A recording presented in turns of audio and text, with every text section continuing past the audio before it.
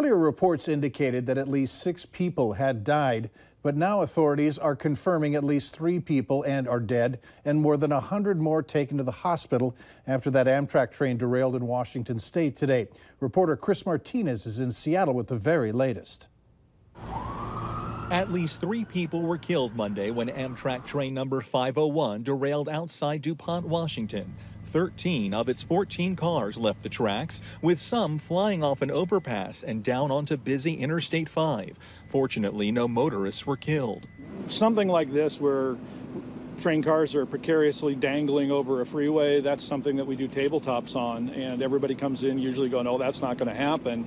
Well, here we are. The train left Seattle at 6 this morning, bound for Portland, Oregon. Amtrak 501, emergency, we are on the ground.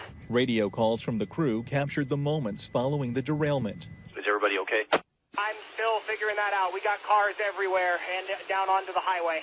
7 crew members were aboard the train, along with 77 passengers. When I stepped out, I didn't really realize I was standing on another train car. The train was making the inaugural run of a new express line between Portland and Seattle. Some local officials had recently voiced concerns about whether the tracks could handle commuter trains going 80 miles an hour. I just grabbed onto the chair in front of me for dear life. My laptop went flying, my phone went flying. Investigators from the National Transportation Safety Board are now on the scene collecting evidence. It could be weeks, even months, before they'll be able to say what caused the derailment. Chris Martinez, CBS News, Seattle. And once that wrecked train has been stabilized, investigators say their priority is to recover its data recorder, a device similar to the plane's black box that records information about its speed, throttle, and brake positions. Still no official word on the condition of a man who was shot by Minneapolis police earlier tonight at City Hall. But sources say the stab wounds he inflicted himself did more damage. In fact, one person described him as horrific.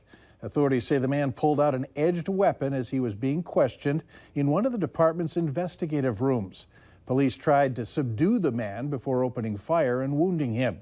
He was taken to a hospital. Several officers involved in the incident have been placed on paid administrative leave.